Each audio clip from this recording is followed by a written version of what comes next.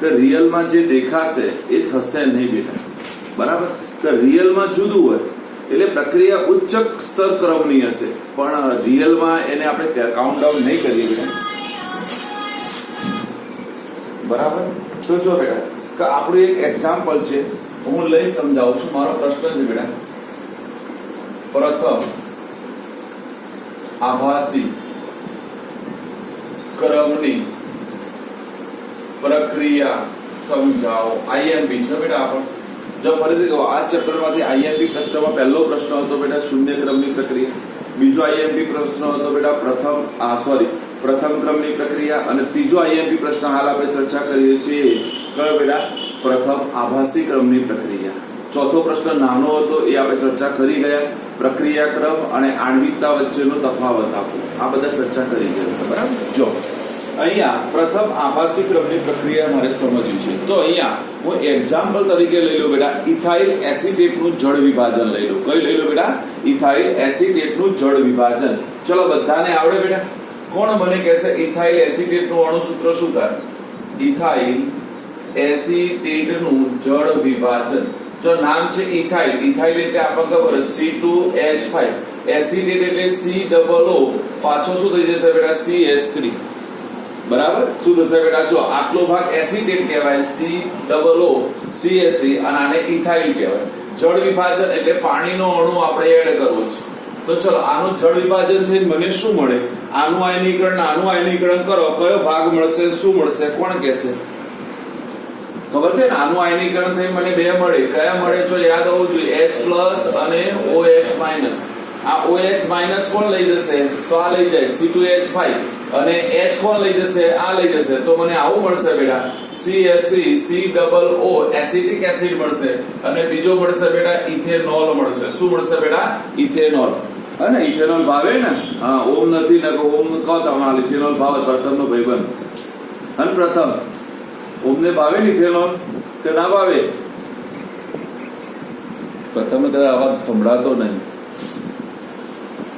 બરાબર? તો બેટા દેખો, આ એનું જળ વિભાજન જેને સમજવા જેવું છે. હું સમજાવું છું બેટા કે પ્રથમ આભાસી ક્રમની પ્રક્રિયા કોને કહેવાય તે. હવે મેં આ પ્રક્રિયાની શરૂઆત કરી. શરૂઆતમાં મેં ઇથાઇલ એસિટેટના મોલ લીધા 0.01 મોલ. યાદ રાખજો, કેટલા લઉં છું બેટા? 0.01 મોલ લઈશું. એ સમયે હું પાણીના મોલ લઈ લઉં છું બેટા 10 મોલ. કેટલા મોલે પ્રક્રિયા કરું બેટા? 10 મોલ પાણીના અણુઓ લઈને પ્રક્રિયા કરું. તો આપણે ખબર પડે શરૂઆતમાં બંનેમાંથી મને નિપજમાં કઈ ના મળે, એટલે આ શરૂઆતની સાંદ્રતાની વાત કરું બેટા. શરૂઆતની સાંદ્રતા સમજજો બધા કે મેં શું લીધું બેટા? મારે ઇથાઇલ એસિટેટનું જળ વિભાજન કરવું છે. તો આપણું ઇથાઇલ એસિટેટનું પહેલું અણુસૂત્ર બધાને આવડે બેટા?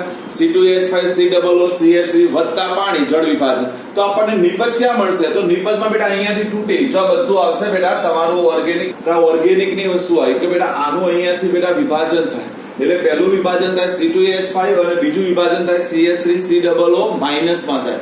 તો એક જે છે એ C2H5 શું લઈ જાય? OH ને લઈ જશે, અને CH3COO માઈનસ એ કોને લઈ જશે બેટા? હા, H ને લઈ જશે. એટલે જો તમને આ બધું ને એડવાન્સમાં ભણાવું છું, તમને આ ખબર હોવી જોઈએ આયનીકરણ બેટા, કે જ્યારે આલ્કાઇલ સમૂહ કોઈનામાંથી દૂર થાય ત્યારે પ્લસ ચાર્જ લઈને જાય. યાદ રાખવાનું, કયો સમૂહ બેટા? આલ્કાઇલ સમૂહ. એ કયો ચાર્જ લઈને છૂટો પડે બેટા? Plus charge. એટલે જો આનું કઈ વિભાજન કરો તો ઇથાઇલ એટલે આલ્કાઇલ સમૂહ થયો બેટા, તો C2H5 પ્લસ આવે. શું આવે બેટા? C2H5 plus. તો એની જોડે પેલાનો કોણ જોડાય? માઈનસ જોડાય. તો H2O નો માઈનસ કયો? OH minus. તો એના OH માઈનસ સાથે પ્રક્રિયા કરે. કારણ કે યુ નો વેરી વેલ, કારણ કે વિજાતીય વચ્ચે જ હંમેશા સંબંધો વધતા, સજાતીય વચ્ચે કશું થાય નહીં, બરાબર બેટા? તો આ એનું મળે. હવે આ પ્રક્રિયા કરીએ. ચલો હવે હું કહી દઉં ભાઈ, T સમયે આ પ્રક્રિયા નિપજમાં રૂપાંતર પામે છે.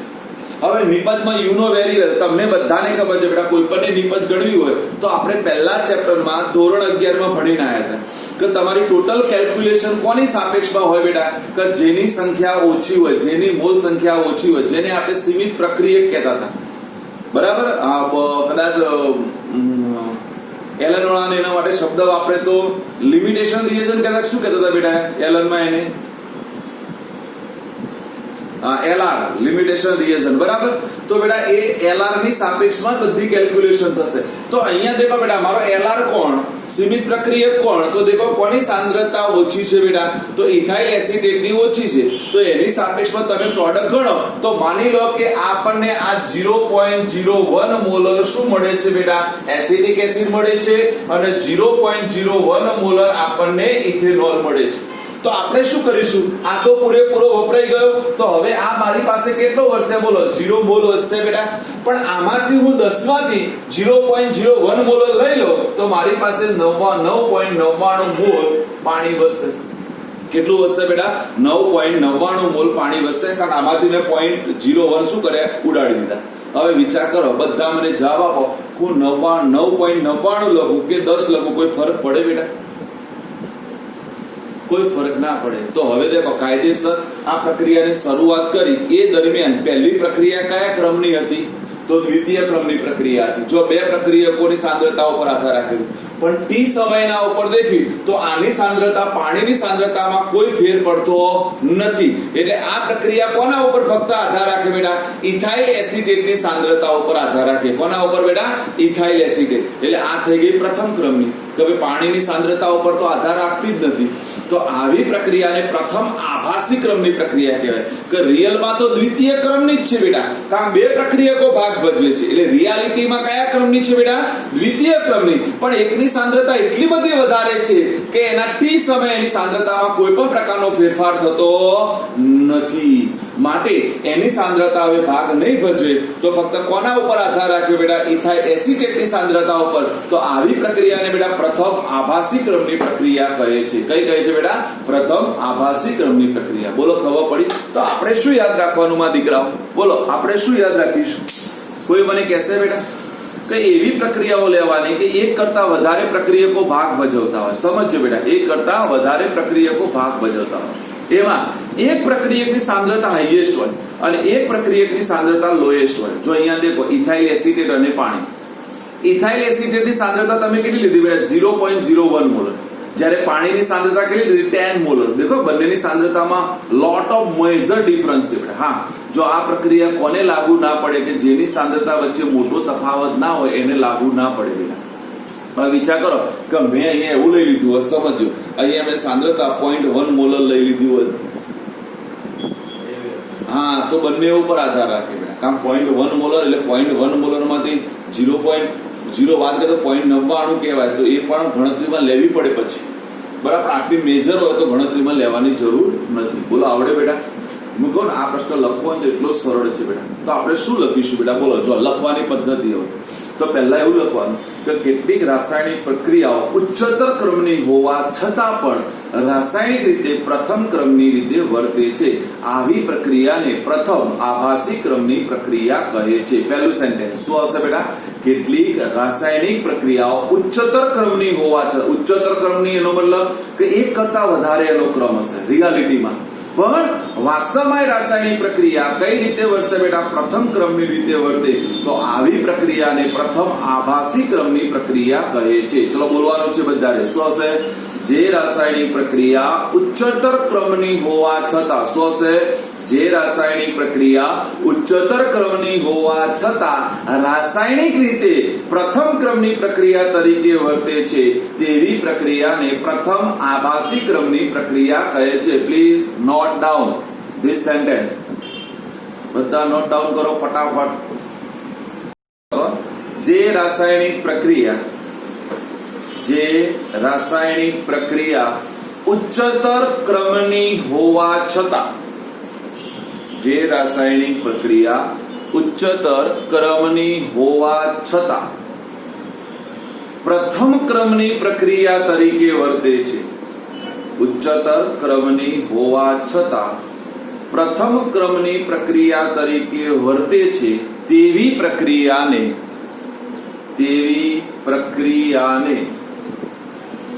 પ્રથમ આભાસી ક્રમની પ્રક્રિયા કહે છે। તેવી પ્રક્રિયાને પ્રથમ આભાસી ક્રમની પ્રક્રિયા કહે છે।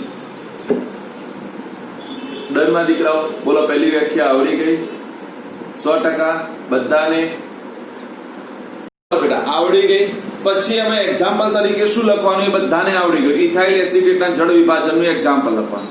જ્યારે એક્ઝામ્પલ લખો ત્યારે પહેલું એનું નિરૂપણ કરતો કે ભાઈ આપણે ઇથાઇલ એસિટેટનું જળ વિભાજન કરીએ છીએ, તેમાં ઇથાઇલ એસિટેટના મોલ 100 લીધા છે, પાણીના મોલ 100 લીધા છે, તેમની વચ્ચે પ્રક્રિયા થઈ એસિટિક એસિડ અને ઇથેનોલ મળે છે. પછી સમીકરણની નીચે આ પ્રકારનું લખાણ કરી નાખો, બરાબર. અને પછી એનું લખાણ આપો કે ભાઈ ટી સમયે આ પ્રક્રિયકની સાંદ્રતામાં શું આવશે બેટા? ઇથાઇલ એસિટેટની સાંદ્રતા 0 થઈ જાય છે, જ્યારે પાણીની સાંદ્રતા 99.99 એટલે એપ્રોક્સિમેટલી 10 મોલ જ રહે છે. એટલે કે પાણીની સાંદ્રતામાં કોઈ પણ પ્રકારનો ફેરફાર થતો નથી, માટે આ પ્રક્રિયા ફક્ત ઇથાઇલ એસિટેટની સાંદ્રતા પર આધાર રાખે છે, માટે આવી પ્રક્રિયાને પ્રથમ ક્રમની પ્રક્રિયા કહે છે.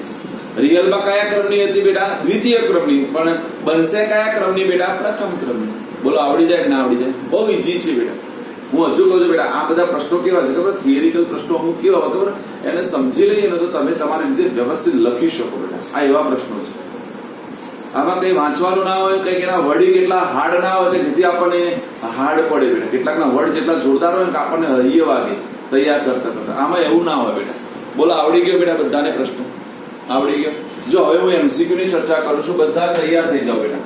આ એમસીક્યુ બહુ ઇમ્પોર્ટન્ટ છે બેટા, બહુ એટલે જબરજસ્ત. તમને આ બધા એમસીક્યુ નહીં આવડતા હોય તો 100% તમે બધા ગોથા ખાશો. અને JEE અથવા નીટમાં આ પ્રકારના આ ચેપ્ટરમાંથી એમસીક્યુ પૂછાય છે. જો એક રીત મેં તમને શીખવાડી દીધી એમસીક્યુ પૂછવાની, એ અર્ધ આયુ સમયની સાપેક્ષમાં પૂછાય છે, જે લાસ્ટ ટાઈમ આપણે ચર્ચા કરી હતી, બરાબર માં દીકરાઓ? કે અર્ધ આયુ સમય ઉપરથી સમય આપ્યો હોય, કાં તો સાંદ્રતા આપી હોય, સાંદ્રતા આપી હોય તો સમય શોધી શકાય, સમય આપ્યો હોય તો શું કરી શકાય બેટા? સાંદ્રતા શોધી શકાય. આ બીજા પ્રકારના એમસીક્યુ. તો ચલો પહેલા મને આ બધું સમજાવવું પડશે બેટા. આ કેટલાને યાદ છે? આપણે આની ચર્ચા કરીને આવ્યા છે, ફરી ચર્ચા કરું છું માં દીકરાઓ. આના વગર આ એમસીક્યુ નહીં ભણાય. એક પહેલી પ્રક્રિયા છે બેટા ઉષ્મા શોષક પ્રક્રિયા, અને બીજી પ્રક્રિયા છે બેટા ઉષ્મા ક્ષેપક પ્રક્રિયા, બરાબર. આ બંને માટે આપણે વાત કરી ગયા હતા કે ઉષ્મા શોષક પ્રક્રિયા એટલે એવી પ્રક્રિયા જેમાં ઉષ્માનું શોષણ થતું હોય, અને ઉષ્મા ક્ષેપક પ્રક્રિયા એટલે એવી પ્રક્રિયા જેમાં ઉષ્મા શું થતી હોય બેટા? મુક્ત થતી હોય. ડન? આ બધાને ખબર છે. હવે આ બંને પ્રક્રિયા માટે હું તાપમાનનો વધારો કરું માં દીકરાઓ, તાપમાનમાં વધારો. ચલો કોઈ મને કહેશે બંનેમાં શું રિએક્શન થશે? કોના માટે ફાયદાકારક અને કોના માટે નુકસાનકારક?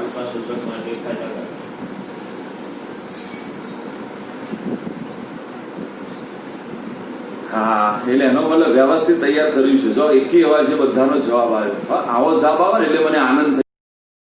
જો બેટા, તો ઉષ્મા શોષક પ્રક્રિયા ઉષ્માનું શોષણ કરે છે, એને ઉષ્માની જરૂર છે, તો આપણે તાપમાન વધારીશું તો એના માટે કેવી થશે બેટા? ફાયદાકારક થશે બેટા. તો એના માટે ફાયદાકારક. અને ઉષ્મા એમાં તાપમાનનો વધારો છે, એને ઉષ્મા મુક્ત કરે છે, આપણે તાપમાન આપીએ છીએ તો એના માટે કેવી છે બેટા? બોલો નુકસાનકારક છે. એના માટે કેવી છે બેટા? નુકસાનકારક છે. બોલો પડે ખબર? તો પહેલું આ સેન્ટેન્સ મારા મગજમાં ક્લિયર હોવું જોઈએ. બીજું સેન્ટેન્સ હવે ધ્યાન આપજો.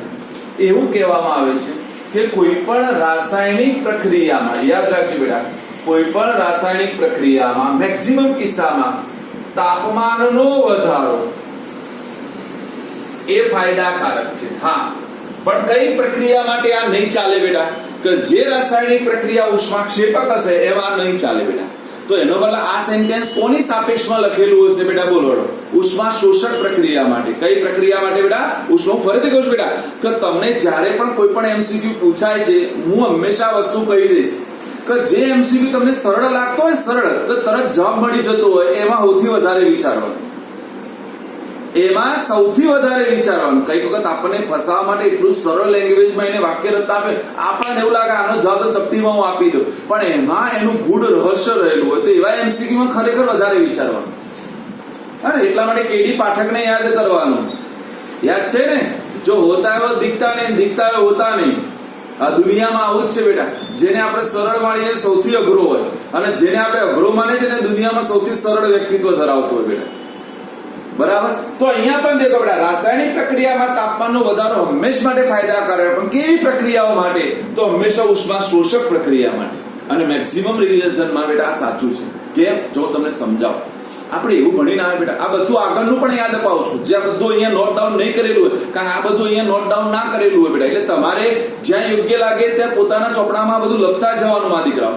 જો સમજી લો બેટા, આપણે આવું ભણીને આવ્યા હતા બેટા કે રાસાયણિક પ્રક્રિયામાં પ્રક્રિયકો બાજુની પ્રક્રિયા હંમેશા બેટા ઉષ્મા શોષક હોય અને નિપજ બાજુની પ્રક્રિયા હંમેશા મેક્સિમમ કિસ્સામાં ઉષ્મા કેવી હોય બેટા? ક્ષેપક હોય. આવું ભણીને આવ્યા આપણે બેટા. કોઈ મને કહેશે આવું કેમ થાય? 11 માં આપણે આની ચર્ચા કરી ગયા કે પ્રક્રિયકો બાજુની પ્રક્રિયા હંમેશા ઉષ્મા શોષક કેમ હોય? વાય? હા, કે બેટા આપણે કોઈ પણ પ્રક્રિયકો લીધા હોય એમાંથી નિપજ ત્યારે જ બને કે પહેલા એ પ્રક્રિયકોના બંધ શું થવા જોઈએ બેટા? તૂટવા જોઈએ. અને એ બંધ તોડવા માટે તમારે ઉર્જા આપવી જ પડે. એટલે પ્રક્રિયકોની બાજુ પ્રક્રિયા હંમેશા કઈ હોય બેટા? ઉષ્મા શોષક જ હોય. આ નિયમ છે મેક્સિમમ કિસ્સામાં. બરાબર? કોઈ એવા પ્રક્રિયકો હોય કે જેમાં શક્ય નથી બેટા. એટલે ખબર પડી બધાને. તો એને એવું કીધું કે બેટા પ્રક્રિયક બાજુની પ્રક્રિયા ઉષ્મા શોષક હોય તો નક્કી છે કે ભાઈ એક બાજુ તાપમાનનો વધારો હંમેશા મેક્સિમમ કિસ્સામાં કેવો રહેશે? ફાયદાકારક રહેશે કે નહીં રહેશે? અને આપણે તો ભણી ગયા કે રાસાયણિક પ્રક્રિયાનો વેગ આપણે કોની સાપેક્ષમાં લખવાના છે? પ્રક્રિયકોની સાપેક્ષમાં તો લખવાના છીએ. તો એનો મતલબ કે અહીંયા તાપમાનનો વધારો કેવો હશે બેટા? ફાયદાકારક હશે. કેવો હશે બેટા? ફાયદાકારક હશે. જો અહીંયા એક એક્ઝામ્પલ પણ મેં આપેલું છે. એ એક્ઝામ્પલ આપણે યાદ રાખવાનું છે. N2O5 નું એક્ઝામ્પલ આપેલું છે PDF.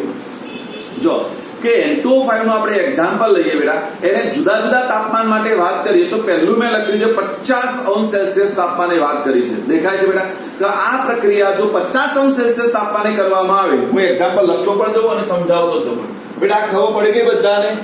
આ વસ્તુ ખબર પડી માં દીકરાઓ? આ હટાઈ દો બોર્ડ ઉપરથી. ઓકે, જોજો બધા લેજો બેટા. આજના ટોપિક છે ને બહુ MCQ માટે અગત્યના છે માં દીકરાઓ.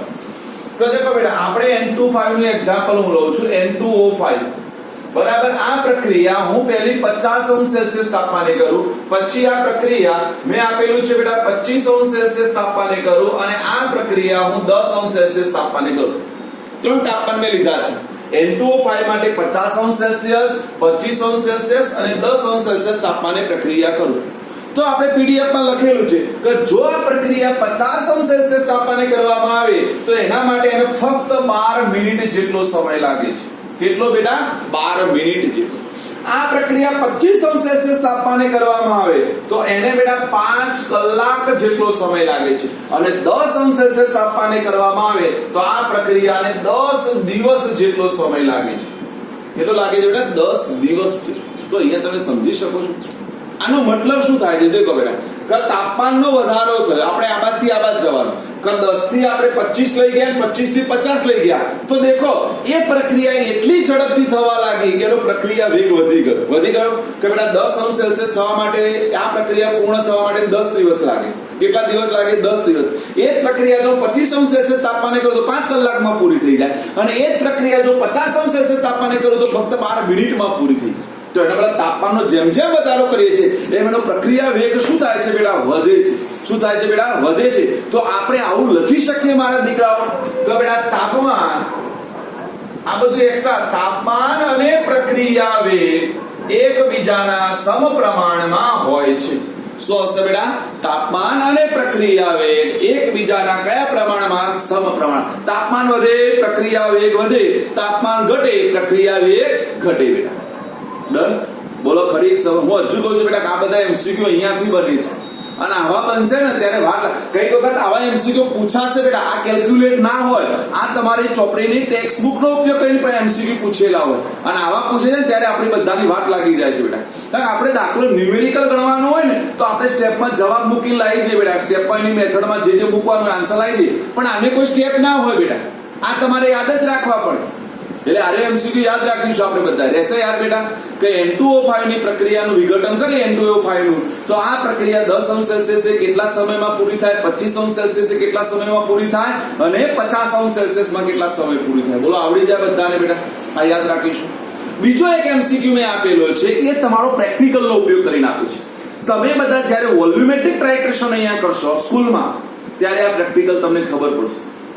KMnO. હા, જો પ્રેક્ટિકલ નું નોલેજ પણ અહીંયા આપી દઉં, તમારા બે પ્રેક્ટિકલ છે. હા, પ્રેક્ટિકલ શીખવાડી દઉં. આ પ્રશ્ન છે પ્રેક્ટિકલી છે, તો પ્રેક્ટિકલ સાથે સાથે શીખવાડી પણ દઉં, એટલે તમારું બે કામ પૂરું થઈ જાય. બરાબર ને બધાને? એટલે તમારા પહેલા બે પ્રેક્ટિકલ આવડી જાય. આપણી પાસે તમારા વોલ્યુમેટ્રિક ટાઇટ્રેશનમાં ઓન્લી ફોર KMnO4 હશે. KMnO4 કયો હશે બેટા? KMnO4. ધ્યાન રાખો, પ્રેક્ટિકલ સાથે શીખવાડી દઉં છું, એટલે બે કામ. આ તમારા પ્રેક્ટિકલમાં પણ કામ આવશે. KMnO4 જેને કહેવાય KMnO4. શું યાદ રાખવાનું બેટા? KMnO4. તમારા એના બે પ્રેક્ટિકલ આવશે. કયા બે પ્રેક્ટિકલ આવશે? તો લખી દો બધા. એક આવશે પહેલો ફેરસ સલ્ફેટ, કાં તો એના ઓપ્શનમાં હશે બેટા ferrous ammonium sulphate. Ferrous ammonium sulphate. ધ્યાન આપજો બધા. બરાબર? એટલે કદાચ અહીંયાથી એમસીક્યુ ટ્વિસ્ટ કરીને પૂછે તો આપણે ગભરાઈ નહીં જવાનું બેટા, કાં તો પ્રેક્ટિકલમાં ગભરાઈ ના જતા. બરાબર? જો પહેલો પ્રેક્ટિકલ તમારો એવો છે કે KMnO4 વર્સિસ ફેરસ સલ્ફેટ હશે અથવા ફેરસ અમોનિયમ સલ્ફેટ હશે. ડન માં દીકરા? ડન. ઓકે. બીજો પ્રેક્ટિકલ KMnO4 વર્સિસ તમારો ઓક્ઝેલિક એસિડ.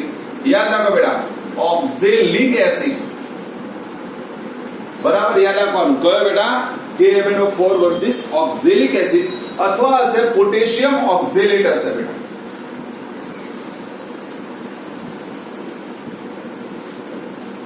અથવા પોટેશિયમ ઓક્ઝેલેટ હશે. કાં તો ઓક્ઝેલિક એસિડ યુઝ થશે, કાં તો પોટેશિયમ ઓક્ઝેલેટ લેશે બેટા. સમજજો બધા, હું જે સમજાવું છું તે ડિટેલમાં. એટલે પ્રેક્ટિકલ નું કામ પણ પૂરું થશે. એટલે આપણે આને બોક્સમાં મઢી દઈશું વ્યવસ્થિત બેટા. એટલે તમારો એક પ્રેક્ટિકલ આજે પૂરો, એટલે એક સેશન પૂરું. કે જે પ્રેક્ટિકલ તમારો ઠીક છે બેટા, આ પ્રેક્ટિકલ પૂછાવાનો છે. હવે નવી માર્કિંગ સિસ્ટમમાં કેટલા લાવે? જૂની માર્કિંગ સિસ્ટમમાં આ પ્રેક્ટિકલ તમારો ટોટલ 15 માર્ક્સ નો હતો, એટલે 15 રોકડા આપણા. બરાબર બેટા? સમજવા જેવું છે. જો શું કરવાનું કે KMnO4 વર્સિસ કાં તો ફેરસ સલ્ફેટ હોય અથવા ફેરસ એમોનિયમ સલ્ફેટ હોય, તો યાદ રાખવાનું બેટા, આમાં કમ્પલસરી તમારો KMnO4 બ્યુરેટ માં જ લેવાનો. પહેલું ચલો, KMnO4 હંમેશા ક્યાં લેવાનો બેટા?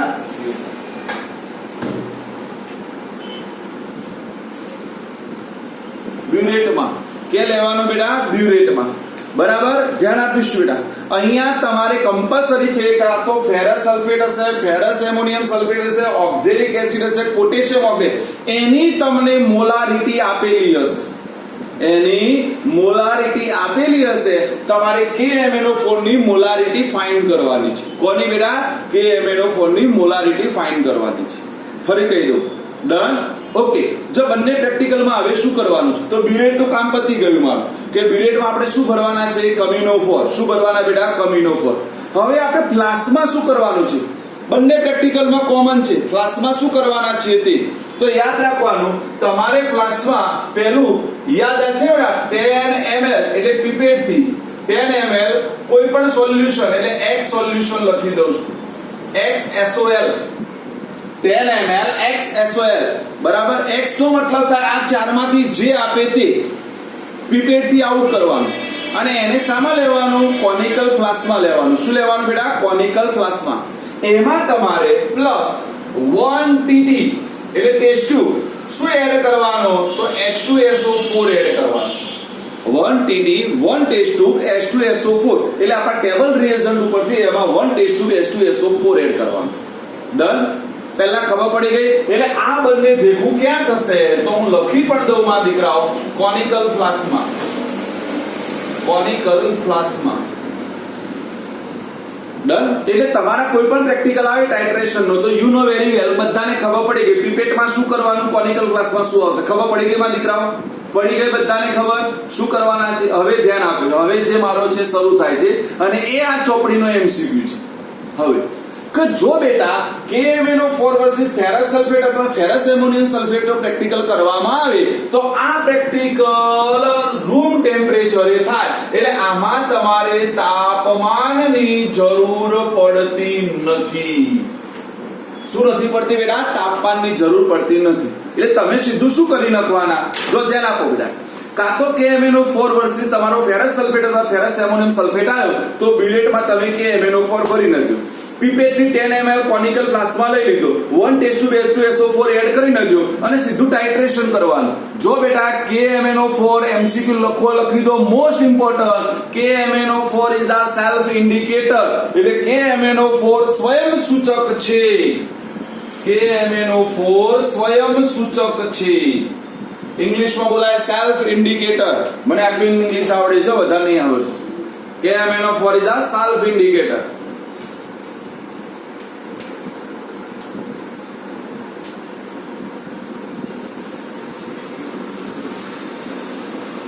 ફરીથી કહું છું કે આ બધું કોઈ નહીં ભણાવે. તમે ગમે ત્યાં ભણશો બેટા તો આ બધું સ્કૂલમાં કોઈ નહીં ભણાવે કે બીજે કોઈ જગ્યાએ પણ નહીં ભણાવે બેટા. આ ફાઇનલ છે. આજે હું ડીપમાં ભણાવું છું. તમે જેમ કરતા હતા એમ શું કરતા હતા? આપણે કોનિકલ ફ્લાસ્ક હોય બેટા, એમાં ધીમે ધીમે શું એડ કરવાનું? KMnO4 એડ કરવાનું બીરીડ વડે. અને તમારો રંગ પરિવર્તન ક્યારે કયો આવે? તો આછો ગુલાબી રંગ આવે એ તમારું રીડિંગ. કયો રંગ આવે બેટા? આછો ગુલાબી એ તમારું રીડિંગ. બોલો, ખબર પડી ગઈ? એટલે એક પ્રેક્ટિકલ આવડી ગયું. પણ જો યાદ રાખજો બેટા કે તમારું સોલ્યુશન ઓક્ઝેલિક એસિડ હોય અથવા પોટેશિયમ એક્ઝેલિટ હોય તો તમારે કમ્પલસરી કોનિકલ ફ્લાસ્કને, હું અહીંયા લખું છું, કોનિકલ ફ્લાસ્કને ગરમ કરવો પડે. કોનિકલ ફ્લાસ્કને ગરમ કરવાનો. બરાબર. કેવી રીતે? તો એની બહારની સરફેસ છે ને એ આપણા રૂમાલ વડે સાફ કરી દેવા. પાણી વાળી ના રહેવી જોઈએ. આપણે બધા પ્રેક્ટિકલ કર્યો બેટા, સાફ કર્યો હોય તો એની બહારની સરફેસ પાણી, અંદરની સરફેસ પાણી વાળી સાફ ના કરે. આ તો હું કેટલી વખત કહું કે ભાઈ સરફેસને ડ્રાય કરો. એટલે મારા ઇંગ્લિશ મીડિયમના બુદ્ધા હોય ને એને ખબર ના પડે તો રૂમાલ અંદર નાખીને સાફ કરી લે. રૂમાલ અંદર નાખીને સાફ કરે, સોલ્યુશન બધું જતું રહે ત્યારે થાય. તો પ્રેક્ટિકલ હનો થાય. એટલે બહારની સરફેસને ડ્રાય કરવાની બેટા. અને બહારની સરફેસ ડ્રાય કરી કોનિકલ ફ્લાસ્કને હીટ કરવાનું. બરાબર. હીટ ક્યાં સુધી કરવાનું? તો અંદરથી જ્યાં સુધી બેટા ધુમાડા ના નીકળે, એટલે વાયુ નીકળે નહીં ત્યાં સુધી. ઉપરથી અંદરથી તમને બાષ્પ નીકળતી દેખાય એટલે કોનિકલ ફ્લાસ્કને લઈ લેવાનો અને પછી ટાઇટ્રેશન મારવાનું. કારણ રીઝન એવું છે, આ આપણી ચોપડીનો MCQ એની સાથે મેં પ્રેક્ટિકલ શીખવાડી દીધું કે બેટા ઓક્ઝેલિક એસિડ અને પોટેશિયમ ઓક્ઝેલેટ એ ઊંચા તાપમાને જ સક્રિય બને છે. એ તાપમાન હોવું આવશ્યક છે. નીચા તાપમાને પ્રક્રિયા ના થાય. કાં તો રંગ દૂર કરવા માટે બહુ સમય લાગે. બરાબર. એટલા માટે યાદ રાખવાનું બેટા. ખબર પડે? એટલે સમય આપણે એટલો સમય ના હોય પ્રેક્ટિકલમાં. એટલે પ્રેક્ટિકલ સ્પીડમાં કરવા માટે કમ્પલસરી એને શું કરવું પડે બેટા? હીટ કરવું પડે. એટલે જો અહીંયા આપણને મળી ગયા બે જવાબ. તો કેટલીક પ્રક્રિયાઓ એવી હોય કે ઊંચા તાપમાને થાય, જ્યારે કેટલીક પ્રક્રિયા એવી છે કે નીચા તાપમાને થાય બેટા. બોલો, ખબર પડી ગઈ ના પડી ગઈ? તો પ્રેક્ટિકલ શીખાઈ ગયો. આખો એક પોર્શન પ્રેક્ટિકલ નું પણ શીખવાડ્યું, વન ફી એ શીખવાડી દીધું. હા, આવડી ગયો બેટા. બોલો, ખબર પડી બધાને પ્રેક્ટિકલમાં? એટલે તમારું વોલ્યુમેટ્રિક ટાઇટ્રેશન છે, આ કમ્પલસરી પ્રેક્ટિકલ પૂછાવાનો જ છે, એ તમને શીખવાડી દીધું. બોલો, ડન બધાને એમાં દીકરાઓ? બોલો, આમાં કોઈને કઈ ડાઉટ છે બેટા? કોઈ ડાઉટ? મન પ્રેક્ટિકલ શીખવાડે હો બેટા. એટલે જો ફાયદામાં છો તમે સ્કૂલે જ્યાં પહેલા એક ટાઇટ્રેશન પૂરું કરી નાખ્યું. હા બોલો બેટા.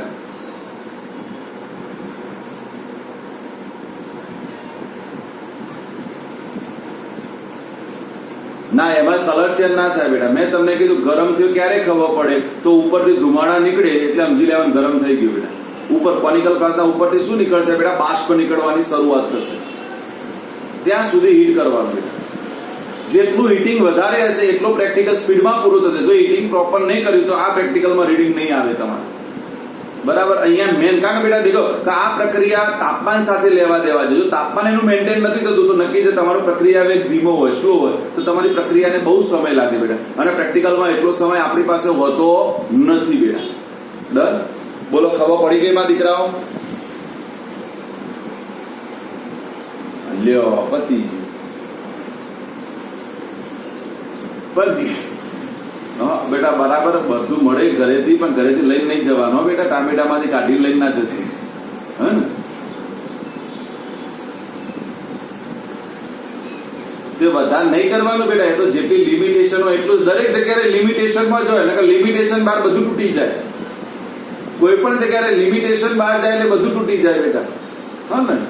એટલે કોઈ પણ વસ્તુ લિમિટમાં જ હારી. શું કેવું રિયા બેટા? દરેક વસ્તુમાં બેટા લિમિટેશન વસ્તુ. જો સંબંધોમાં પણ એવી છે, એક લિમિટ તમે વટાવી દો તો સંબંધો પણ બગડી જાય બેટા. એટલા માટે દરેક જગ્યાએ એવું કહેવાનું કે કોઈ પણ જગ્યાએ લિમિટ બરાબર છે. લિમિટ ક્રોસ ના થાય કોઈ પણ જગ્યાએ બેટા. જ્યારે લિમિટ ક્રોસ થાય છે ને ત્યારે સંબંધોમાં હંમેશા તિરાડ જ પડે છે, બરાબર ને? એટલે હંમેશા લિમિટેશનમાં, બરાબર ને? એટલે ફીમાં પણ એવું યાદ રાખવાનું, અમુક લિમિટમાં આપી દેવી પડે, નહીં તો મજા ના આવે પછી બેટા. હશે ફી આપવાની વાત નહીં કરતી, આ ધોળી હશે રાખે છે ગોડાંચમ. આજે રવિવાર છે તો ગપ્પા મારવામાં તો ધ્રુવીન કોઈ પાછે ને સાહેબ આવતા મહિનાની 8 તારીખ સુધી આવી જશે, પછી આવતો મહિનો ક્યારે આવે એ તો સાહેબ વિચારવાનું. 8માની વાત હતી, 9માની, 10મા મહિનાની વાત હતી ચંપાડી. ચલો બેટા ડન, ઓકે. ચલો હવે યાદ રાખો, હજુ એક બીજો એમસીક્યુ છે, તૈયાર કરો બેટા. મેં લખેલો છે, બધા ચેક કરો બેટા. નીચે લખેલો છે કે રાસાયણિક પ્રક્રિયા માટે 10°C તાપમાનનો વધારો કરવાથી વેગ અચળાંક બમણો થાય છે. લખેલું છે નીચે દેખો, પીડીએફ માં લખેલું છે કે રાસાયણિક પ્રક્રિયામાં તાપમાન 10°C વધારવાથી, એટલે કોઈ પણનું ટેમ્પરેચર તમે 10°C વધારી દો બેટા તો એનો પ્રક્રિયા વેગ કેવો થઈ જાય બેટા? બમણો થઈ જાય. એટલે આપ્યું છે બેટા, દેખાય છે? વેગ અચળાંક લગભગ બમણો થાય. એટલે આપણે આવું યાદ રાખવાનું. જો શીખવાડી દો ના કઈ અર્થઘટન ખોટું ના કાઢતા મારા દીકરાઓ. જો બેટા મને કોઈ પ્રક્રિયા આપી હોય 273 કેલ્વિન અને એને કીધું હોય કે એનો વેગ અચળાંક, સમજો બધા, એનો વેગ અચળાંક કે છે 273 કેલ્વિન તાપમાને થતી પ્રક્રિયાનો વેગ અચળાંક કે છે, તો આપણને કે 283 કેલ્વિન તાપમાને થતી પ્રક્રિયાનો વેગ અચળાંક ખાલી જગ્યા થાય તો કેટલો થઈ જાય બેટા? યાદ રાખો, 2k જેટલો થઈ જાય. કેટલો થઈ જાય બેટા? 2k જેટલો. કેટલો થઈ જાય બેટા? 2k જેટલો. અને એવું ને એવું પૂછે કે 263 કેલ્વિન તાપમાને થતી પ્રક્રિયાનો વેગ અચળાંક કેટલો થાય? તો k/2 થઈ જાય. શું થઈ જાય? હા, કેમ ચંપાડી? આ 273 ની 263 થઈ, 10 ઘટાડ્યો. હા, તું તો બધું સાંભળે. જો હું તો બોલતો જ ના હોય ને, હું તો બોબડો છું ને. ચલો બેટા, ખબર પડી? એટલે આવા એમસીક્યુ પૂછાય. જો આને નક્કી છે કે આને ટેમ્પરેચર સાથે લેવા દેવા છે તો આપણને આવું ના પૂછે મારા દીકરાઓ. તો આપણે યાદ રાખવાનું, જો આવું બધું પૂછશે બેટા તમને, આમાંથી એમસીક્યુ બનાવશે કે સપોઝ મને એક તાપમાને કોઈ પ્રક્રિયાનો વેગ અચળાંક આપી દીધો હોય, હું તમને આવું કહી દઉં ભાઈ 293 કેલ્વિન તાપમાને પ્રક્રિયાનો વેગ અચળાંક, સમજો બધા, પ્રક્રિયાનો વેગ અચળાંક 2 × 10⁻⁶ છે. 2 × 10⁻⁶ છે તો 313 કેલ્વિન, ઉભા રહો 313 કેલ્વિન તાપમાને પ્રક્રિયાનો વેગ અચળાંક ખાલી જગ્યા થાય. જો બેટા કેવી રીતે આવ્યો? જો બધા ચેક કરી લો બેટા. તો પહેલું ટેમ્પરેચર આપણે 293 થી હું 303 લઈ જાઉં, એટલે 10 નો વધારો કર્યો બેટા. 293 થી 303, 10 નો વધારો કરું તો 10 નો વધારો કર્યો તો બમણો થાય કે ન થાય? તો 2 × 10⁻⁶ ના બમણા કેટલા થાય બેટા? બોલો. 4 × 10⁻⁶ થાય. હવે હું 303 થી બેટા 313 લઈ જાઉં તો શું થશે બેટા? બોલો. 4 ના પણ બમણા થશે, એટલે 8 × 10⁻⁶. એટલે અહીંયા તમને કોઈ પણ દાખલો કહે તો તમારે 10 નો ગાળો પાડી દેવાનો. શું પાડવાનો બેટા? 10 નો બ્રેકઆઉટ લેવાનો. સપોઝ આ પ્રશ્ન મને 323 એ કીધો હોય તો કેટલા થઈ જાય બેટા? હજુ 16 થઈ જાય. કેટલા થઈ જાય? 16 થાય. 333 કે તો કેટલા થઈ જાય બેટા? 32 થઈ જશે. એટલે તમારે બ્રેકઆઉટ ગણવાના બેટા બધા. જો વેગ અચળાંક છે, આવા દાખલા છે, એમાં તમારે બ્રેકઆઉટ પાડવાના. પેલામાં સાંદ્રતાનો બ્રેકઆઉટ પાડવાનો અને અહીંયા તાપમાનનો બ્રેકઆઉટ પાડવાનો. બોલો, ખબર પડી ગઈ આ એમસીક્યુ કેવી રીતે ગણાય બેટા? આવડી આ શોર્ટ મેથડ. જો બેટા આને ગણતરીમાં લેવાનું નહીં, આવી રીતે સીધા શોર્ટ જ ગણી દેવાના. આ બધી શોર્ટ મેથડો શીખવાડું છું બેટા કે જેથી તમારે પ્રેક્ટિકલમાં સમય બચે અને તમારા નેટ અને JEE ની એક્ઝામ આપો તો સમયની સદુપયોગ કરવા માટે આ બધું શીખવાડું છું બેટા. તો કશું કેલ્ક્યુલેશન કરવું ના પડે. ને કે આનું પણ સૂત્ર છે ગણવા માટેનું. હમણાં આવશે તો RADS નું સમીકરણ, એમાં કિંમતો મૂકશો તો ગાભા નીકળી જશે તમારા બધા. જવાબ તો આ જ આવશે, પાછો જવાબ આ જ આવશે. તો આપણે શું કરવા? કિંમતો મૂકીને જવાબ લાવીએ, સીધો ના લાવી દઈએ મારા દીકરાઓ. બરાબર? એટલે કેટલીક મેથડો શોર્ટમાં શીખવાડો, શોર્ટમાં જ કરવાનું તમારે બધાએ. પછી ડાયા નહીં થાય સાહેબ પેલા સમીકરણમાં કિંમત મૂકું તો મૂકવાની પછી તાણ, હે ને? તમને સીધું ના ફાવતું હોય તો. ચલો, આટલા સુધી આવડી ગયું મારા દીકરાઓ? આવડી ગયું 100%? ઓકે. હવે કેટલાક મારે વર્ડ સમજવા છે, નવા નવા શબ્દો છે, એને મારે સમજવા છે. કેટલાક સાંકેતિક લેંગ્વેજ છે એને મારે સમજવી છે, પછી હું નીચેનો પ્રશ્ન ભણાવું છું. પ્રક્રિયા વેગ પર તાપમાનની અસર સવિસ્તર સમજાવો. મોસ્ટ ઇમ્પોર્ટન્ટ પ્રશ્ન જો 4 કે 5 ગુણમાં પૂછાય તો આ ચેપ્ટરનો સૌથી મોસ્ટ ઇમ્પોર્ટન્ટ પ્રશ્ન. આ પ્રશ્ન નહીં પૂછાય તો 100% એનો ન્યુમેરિકલ હશે હશે ને હશે જ. પ્રશ્ન નહીં હોય તો આનું ન્યુમેરિકલ આવશે. કેટલું ફાઇનલ જ છે બધું. ચલો હવે કેટલાક મારે શબ્દો સમજવા છે મારા દીકરાઓ, બધાનું ધ્યાન મારી તરફ હોવું જોઈએ આ શબ્દોને સમજવા માટે બેટા, કારણ કેટલાક શબ્દો તમને આવડે છે. જો બેટા આપણે અહીંયા ભણીને આવે તો કે નો મતલબ શું થઈ જાય, તો કે ને આપણે અહીંયા વેગ અચળાંક કહીશું. સમજજો બેટા, કે ને આપણે શું કહીશું મારા દીકરાઓ? વેગ અચળાંક. આપણે ટી ને ખબર છે, કેપિટલ ટી ને હંમેશા આપણે તાપમાન કહીએ છીએ. શું કહીએ છીએ બેટા? તાપમાન. એ પણ શામાં લેવાનું બેટા? હંમેશા કેલ્વિનમાં. શામાં લેવાનું બેટા? કેલ્વિનમાં. હર હંમેશ માટે જ્યારે પણ કેલ્ક્યુલેટ કરતા હોય ત્યારે કોઈ પણ દાખલો કદી પણ સેલ્સિયસમાં ના ગણાય, કેલ્વિન સિવાય દાખલો ગણાય જ નહીં. સેલ્સિયસમાં આપ્યું હોય તો કમ્પલસરી તમે એનું રૂપાંતર કરી નાખો બેટા કેલ્વિનમાં, પછી દાખલો ગણાય બેટા. ડન. આર બધાને ખબર છે. આર એટલે શું? તો આર ને આપણે વાયુ અચળાંક કહીએ છીએ. શું કહીએ બેટા? વાયુ અચળાંક. અને આર ની કિંમત એ તમારી પ્રક્રિયા પરિસ્થિતિ ઉપર આધાર રાખે કે તમારા પ્રક્રિયા પરિસ્થિતિમાં બધા તમને જે વેલ્યુએશન આપી છે એ કયા યુનિટમાં આપેલા છે. જે યુનિટમાં તમારે વેલ્યુએશન આપી હોય એ યુનિટમાં તમારે આર ની કિંમત લેવી પડે. બરાબર? ઓકે, આટલા ખબર છે. હવે નવા શબ્દો વપરાય છે. પહેલો શબ્દ છે બેટા ઈએ. ઈ જો ઈ કેપિટલ છે, એ સ્મોલ છે બેટા. આ ઈએ ને કહેવાય સક્રિયકરણ ઊર્જા કહેવાય. યાદ રાખીશું બેટા, સક્રિયકરણ ઊર્જા. આજે હું તમને જે બધું સમજાવું છું ને એ કોઈ જગ્યાએ નહીં મળે બેટા. સમજો આનો મતલબ. સક્રિયકરણ ઊર્જાનો મતલબ શું થાય પેલા સમજાવો. હા, કેટલી વખત આપણને આવા બધા પ્રશ્નો થતા હોય. હા, સ્વાભાવિક થાય બેટા, મને તો થાય. અને એક પેલી ધ્રુવતીને સૌથી વધારે પ્રશ્નો થાય, મને ખબર છે. મહિમાના પ્રશ્નો ઢંગ ઢાળા વગર ના હોય. પ્રશ્નો તો એને થાય પણ એની કોઈ દિશા બરાબર ના હોય. કઈક વખત પ્રોપર દિશામાં હોય, કઈક વખત એ ટોપિકને છોડીને પ્રશ્ન હોય. બરાબર? કારણ કે સૌથી વધારે પ્રશ્નો આ બેનું જ હોય છે. બરાબર? તો બેટા સમજો, કેટલી વખત આપણને પ્રશ્ન થાય સાહેબ આ પ્રક્રિયાઓ જે છે આમાં તમે હાલ એવું ભણાવી દીધું કે કેટલીક પ્રક્રિયાઓ માટે તાપમાનની જરૂર પડે, કેટલીક પ્રક્રિયાઓ તાપમાન વગર થઈ જાય. તો આવું શું એનામાં પરિબળ હશે કે જેના માટે એને ટેમ્પરેચરની જરૂર પડતી હશે? કાં તો એનો પ્રક્રિયા વેગ ધીમો હશે તો આપણે ઝડપી બનાવવો પડે બેટા. હા, કેટલાક આપણી જીવન લાઈફમાં પણ એવા હોય. આપણી સાથે કેટલાક લોકો દેખો તમે ચાલતા હોય તો કેટલા સ્પીડમાં ચાલતા હોય, અને કેટલાક ચાલતા હોય ને તો હા ક્યારે આ પાર આવશે ખબર ના હોય. અને કેટલાકની ચાલ જોઈ શરમ આવે, હે ને? એવો લચીની ચાલ ધરાવતો હોય કે હા પૈસા પડી જાય. કેટલાક ને એવી ચાલ હે ને આપણે દેખ્યા હશે આપણે રિયલ લાઈફમાં. હા, કેટલાક સ્પીડી ચાલે, એટલા સ્પીડમાં ચાલે ને કે આપણે વિચારવું પડે કે સારું સાહેબ અમે તો આટલા જે પેલો પહોંચી ગયો. અને કેટલાક એટલું ધીમું ચાલે કે ક્યારે ચાલશે ખબર ના પડે. તો રિયલ લાઈફમાં પણ આપણી આ પ્રક્રિયાઓ છે એવી છે બેટા. કેટલી ઝડપી હોય કે એમને કશી જરૂર ના પડે. કેમ? તો હવે સમજાવું છું. ચલો, એક રોડ છે બેટા, એ રોડ તમારો બમ્પ વગરનો છે, એટલે કોઈ જગ્યાએ બમ્પ નથી બેટા. સમજજો, એના ઉપર હું ગાડી ચલાવું છું અને કેટલોક રોડ એવો છે કે એમાં વારંવાર બમ્પ આવે છે અને એમાં મારે ગાડી ચલાવી છે. કોઈ મને કહેશે કયામાં મારો વેગ વધારે હશે? યસ, જો તરત બધાને ખબર પડી ગઈ.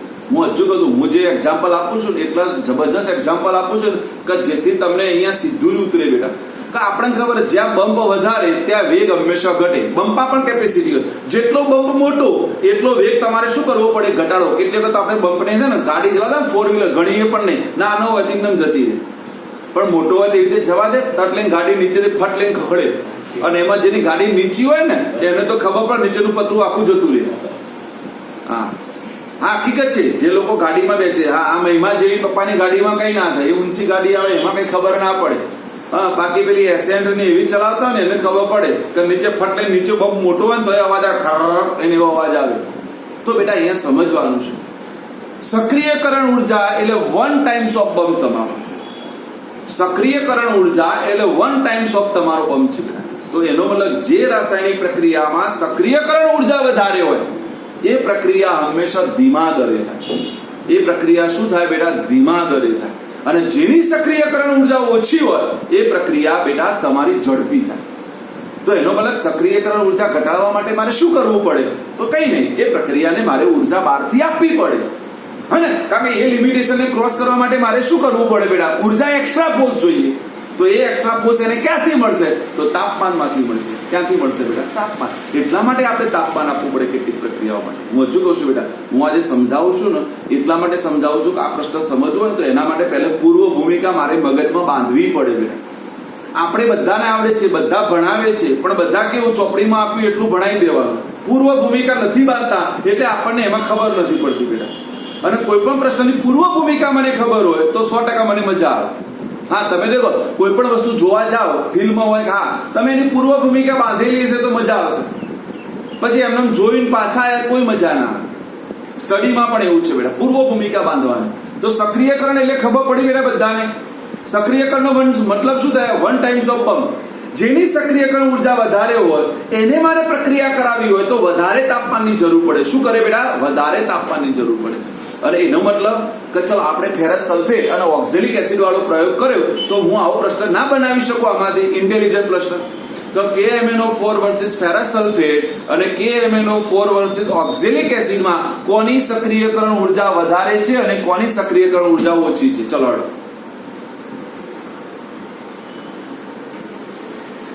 હા, કે ફેરસ સલ્ફેટ આપમેળે પ્રક્રિયા થાય છે તો એની સક્રિયકરણ ઉર્જા કેવી હશે? ઓછી હશે.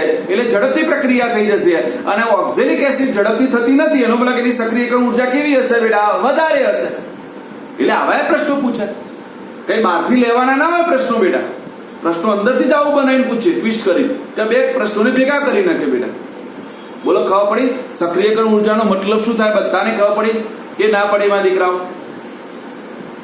100% ખબર પડી. રિયા બેટા, વિદેશ લે બોલતો ખરો લે. બોલું તો છે ને, બોબડો નથી ને?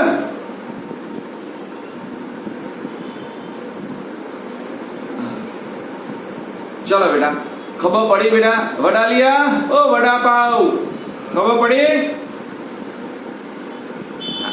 હા સર, પેડી. ચલો બેટા, ડન. તો પહેલા સક્રિય, તો ચલો એક શબ્દ આવડી ગયો. ઈ મીન્સ શું થાય બેટા? સક્રિયકરણ ઉર્જા. આપણે યાદ રાખવા માટે યાદ રાખવાનું કે સક્રિયકરણ ઉર્જા એટલે 1 ટાઈમ્સ ઓફ પંપ. જેટલો પંપ મોટો એટલી તમારે ઉર્જા વધારે લગાવવી પડે. લગાવવી પડે ને? જેટલો મોટો હોય પંપ મોટો એટલી ઉર્જા આપણે વધારે જરૂર પડે. તમે એક્ટિવા ચલાવી હશે બધાને ખબર હશે. એટલે કે નવું એક્ટિવા શીખ્યા હોય ને, પંપ મોટો હોય તો ઊભું થઈ જાય અને ધક્કો મારવો પડે ઘાટા હોય તો ઉતરી અને પેલ બદલાઈ જવું પડે. એક્ટિવા જો એક વર્ડ છે મારે ભણવો છે, એ કોઈનો એ.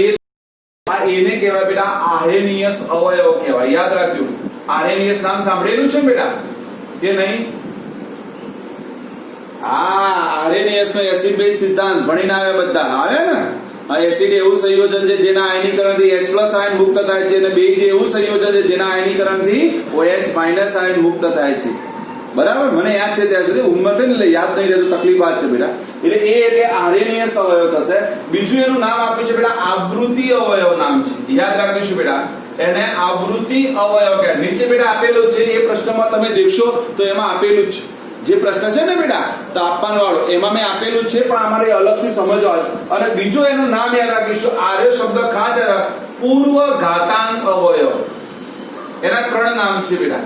એ ફોર આર્હેનિયસ અવયવ, આવૃત્તિ અવયવ અને પૂર્વ ઘાતાંક અવયવ કહેવાય. એને શું કહેવાય બેટા? આર્હેનિયસ અવયવ, આવૃત્તિ અવયવ અથવા પૂર્વ ઘાતાંક અવયવ.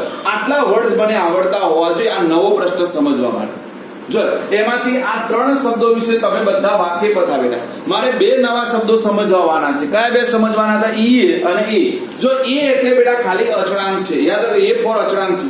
જેમ આપણે કોઈ પણ રાસાયણિક પ્રક્રિયાનો અચળાંક મૂકીએ, જેમ હેનરીનો નિયમ ભણ્યા તો આપણે અચળાંક કયો મૂક્યો બેટા? KH, હેનરીનો અચળાંક. એમ આ એ પણ આર્હેનિયસનો અચળાંક છે. કારણ લોકો એ બાબતને આર્હેનિયસને યાદ કરે ને કોઈ યાદ ના કરે. ચલો બેટા, ડન. બોલો, આટલા સુધી ખબર પડી કે ના પડી માં દીકરાઓ? 100%.